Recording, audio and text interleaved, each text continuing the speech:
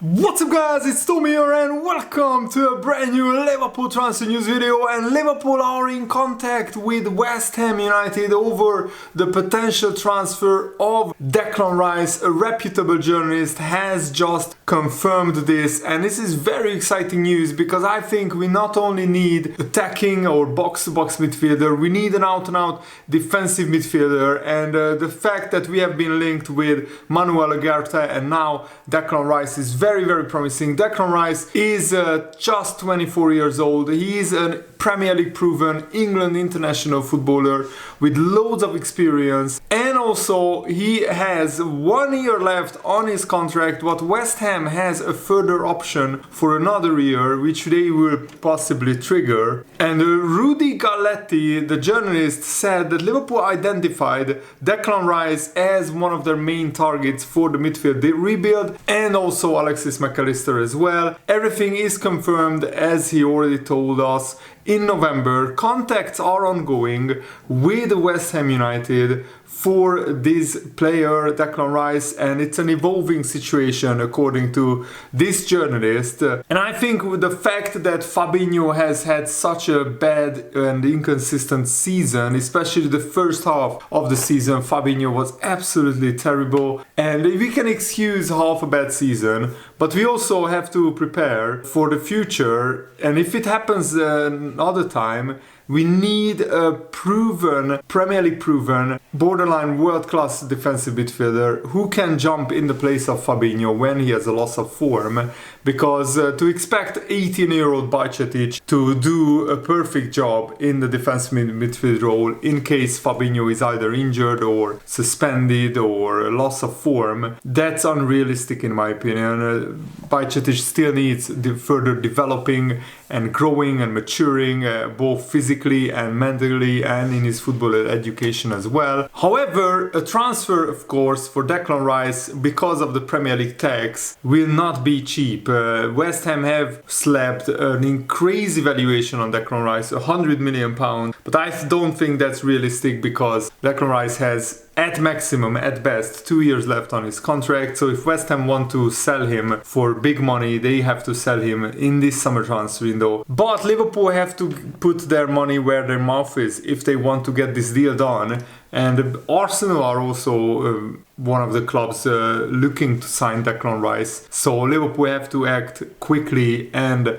decisively if they want to get this player. So let me know in the comments below, do you think Liverpool should get Declan Rice? Do you want to see him at Liverpool? Let me know in the comments below, and leave a like on this video if you enjoy these, and subscribe to stay up to date with all the Liverpool transfer news updates. And he is also captain material. He has been the captain of West Ham for a number of years, and with Henderson being 33 years old, and also Henderson hopefully will not be a regular starter next season, I would want more and more leaders in the Liverpool team. Van Dijk is a captain candidate, Mo Salah another one, Trent Alexander-Arnold, if he keeps maturing and developing, he's captain material as well, and Declan Rice could be another one. And John Aldridge said this in the Sunday World newspaper, Declan Rice, if he signs for Liverpool, he can be a Liverpool player, proper, very important Liverpool player for the next 10 years, for a decade. Liverpool need a player who has Premier League experience and who can slot into the team from day one next season, and Declan Rice could be that man. He has proved himself over the last few years and he's ready to step it up at Liverpool. Part of me is reluctant to praise Declan Rice after what he did to Ireland, because I had a similar situation. I was born in England and played for Ireland. Once you have pulled that green jersey on for the first time, there should be no going back and playing for England. So I totally agree with Declan Rice's decision on those issues. He could and should have been England's midfield anchor for a decade, but maybe he can do that job for Liverpool now. So that's what John Aldridge, who is a Liverpool legend, said about Declan Rice, and I think that he would be a fantastic addition to Liverpool. It all depends on what kind of money West Ham asks for Declan Rice and whether Liverpool are willing to pay that. But what I like about Declan Rice is that he is not not injury prone at all, and we need more midfielders like that. He played 43 games already this season for West Ham, and it's counting. West Ham are still in the European semi-final, and I'm so happy that West Ham have beaten Manchester United. I will talk about the top 4 permutations later on in this video, but he played 50 games last season for West Ham, 35 games the season before, 40 games the season before that, and 38 games like 5 seasons ago. So he's definitely not an injury-prone player. And Declan Rice's international career is very unusual. He played 3 games for the Republic of Ireland, and then he switched in 2019 to play for England, and now he has played 41 times for the English national team. So Declan Rice was born in London actually, but he was eligible to play for Ireland as his grandparents are from Cork, which is I think a town or a city in Ireland. And then in 2018 he hesitated whether to commit his long-term future to Ireland, or he was also considering switching to England. And then of course the Irish manager dropped him at the time, and then he decided on February 13th 2019 to play for England. And I'm not sure about his background, whether he feels English or Irish, but it's still a controversial move. You have to be honest with that. I think from a football perspective, of course, he has a bigger chance of representing England at bigger major tournaments than Ireland. Ireland rarely qualify, sadly, for major tournaments, and England are always or almost always there. And guess what? I actually saw Declan Rice live, and he scored a goal in that game as well. In the 2022 World Cup qualification, Hungary, my home nation, was in the same group as England, and there was a Hungary-England game which I went to where England won 4-0, and Declan Rice scored the 4th goal, and I was in the Puskás Arena to witness that performance, and Declan Rice was an outstanding player in that game. But after that, then in the Nations League, we have beaten England 4-0 away, so we got revenge for that game, and we also have beaten them 1-0 at home. Sadly, the 1-0 victory was behind closed doors, so I wasn't able to attend that game. And Declan Rice came very close to winning a major trophy to win England. England should have won the Euros at Wembley, but because of the coward Gareth Southgate didn't attack Italy properly after they scored an early goal, and they sat back and soaked up the pressure, and that was just really foolish tactics by the manager. And Italy in the end turned the game around. Declan Rice's market value is around 80 million euros, which I think is really high. I mean, is he twice the player as Manuel Ugarte? I don't think so, but because he has Premier League experience, that's what a Premier League proven quite young defensive midfielder costs nowadays. He can play centre-back as well, and more so he has been deployed as a defensive midfielder, but he also can play as a box-to-box midfielder, and him scoring around 5 goals on average for West Ham in the last 2 seasons is very, very promising in my opinion.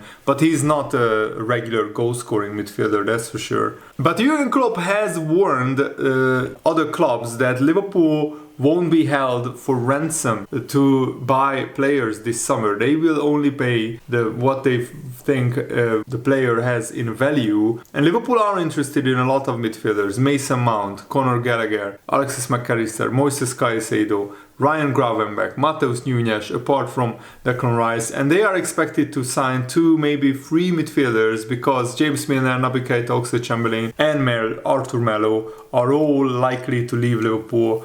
I mean, pretty much apart from Milner, everybody else is confirmed to leave, and Milner is on the verge of confirming. But Jurgen Klopp said we cannot buy the player if the clubs ask for too much money. If they are overpriced, we cannot do it. We will bring in players, I'm pretty sure, but we want players that can help us, and I'm pretty confident. You never know 100% until the players are signed by Liverpool, but that is not new that some clubs might try that. Let me say it like this: you identify a position and you have not only one option on that position. That means they should all be good options, to be really honest, really good. And you might have a favorite, but if the other club doesn't want to sell or someone else will pay the price that we cannot go with it. And usually we got the players we wanted. The one thing is, can we afford them? And if we can, then they will be Liverpool players. So that's very, very promising. And Liverpool's chances of finishing in the top 4 increased after Man United lost back-to-back games to Brighton and West Ham United, and they looked pretty bad. West Ham played Man United off the park in the second half, and also Newcastle lost to Arsenal. But I think Newcastle won't drop enough points. They need to lose 2 other games, and Man United need to drop another 4 points for Liverpool to overtake them on goal difference. But it's possible, because Man United are not in great form. And yes, they have 3 home games in the run-in, but they are to Chelsea, Fulham and Wolves, not easy teams to play against. And they also play Bournemouth away, and Bournemouth are still not mathematically safe, even though they are in a very good position. So I think it's more likely that Man United will drop enough points. But Liverpool also have to win their last 3 games, which are against Aston Villa and also Southampton. And we play Leicester City next weekend. But the good news is that Liverpool have a 9-day break before the Leicester game, and Leicester also play a crucial game against Fulham today, which is going to be like a massive game for them. And Everton go to Brighton as well. I mean, Brighton's running is brutal. Brighton could be finishing ahead of Liverpool, but I don't see that, because they play so many of the big teams. They play, I think, Newcastle, Man City, Arsenal, so they have a really tough run-in. But Newcastle don't have an easy run-in either. They play Leeds United next, who are fighting for their lives. They play Brighton, and Brighton can give anybody a game. And then they play Leicester, who are also fighting for their lives. And they also play Chelsea, who finally won their first game under Frank Lampard's second managerial tenure, beating Bournemouth 3-1. So I'm hoping that Chelsea being resurgent, and hopefully they can find some form, because Chelsea play Newcastle and Man United as well, so hopefully Chelsea can take points off those teams. That would help Liverpool massively. And I'm more encouraged by Manchester United's performances and recent form because of the top 4 race, because mathematically it's still in Man United's hands. Liverpool can just win their games and hope for the best, but Man United actually in the last 5 games they collected 7 points, and they would need to average 2.25 points per game to achieve a top 4 finish. And even in the last 5 or 10 games, Man United are performing way below that. I mean, last 10 games, Man United collected 14 points, Liverpool collected 20 points. And I mean, in the last 15 games, Liverpool are actually comfortably would be in second place, ahead of even Arsenal. Liverpool found form in the second half of the season, but in the first 20 games of the season, we were absolutely shockingly bad. But in the last 15 games, we collected 9 points more than Manchester United. That is very encouraging. And I mean, we were 12 points behind Man United after game week 30. And now after game week 35, Liverpool are just 1 point behind Man United. Of course, Man United have a game in hand. But that's very encouraging. And it shows that Liverpool finally found the formation, and of course, when a lot of injured players came back, Liverpool's firepower improved. And I think Trent's new position really helps Liverpool, and hopefully we can win against Leicester, Aston Villa and Southampton to finish the season strong. And who knows, anything can happen. But I think if Man United bottle the top 4 and Liverpool overtake them, it would be one of the biggest bottle jobs and one of the biggest collapses in Premier League history from any team. I mean, it will be up there of Leicester City, because Leicester were in 3rd place 2 seasons ago when Liverpool did that amazing run when Alisson scored that headed winner in the 95th minute against West Brom. Liverpool got 8 wins and 2 draws in the last 10 games, and we are on course to match that. And Leicester collected 3 points from the last 4 games, and that's how Liverpool overtook Leicester. And Leicester finished outside of the top 4. Even Chelsea have overtaken them, I think. Chelsea finished 4th that season. Liverpool finished 3rd. I don't think Liverpool will finish 3rd this season. I would be amazed if both Newcastle and Man United collapse. But I said Man United need to collapse for Liverpool to finish in the top 4. And that's happening so far. Man United losing 2 games in a row. It didn't happen often this season, but they had some shocking away performances. My worry is 3 of the last 4 games are at home, and I don't see Man United not winning 2 of them. So we need Bournemouth to take something from Man United. Plus I need either Chelsea or Fulham or Wolves to get something at Old Trafford. 2 draws is enough. If Man United draw 2 other games, Liverpool can finish ahead of them on goal difference if we win all of our games. So come on Liverpool, let's try and do it. And I hope that you guys enjoyed this video. Have a lovely day. See you later. Goodbye.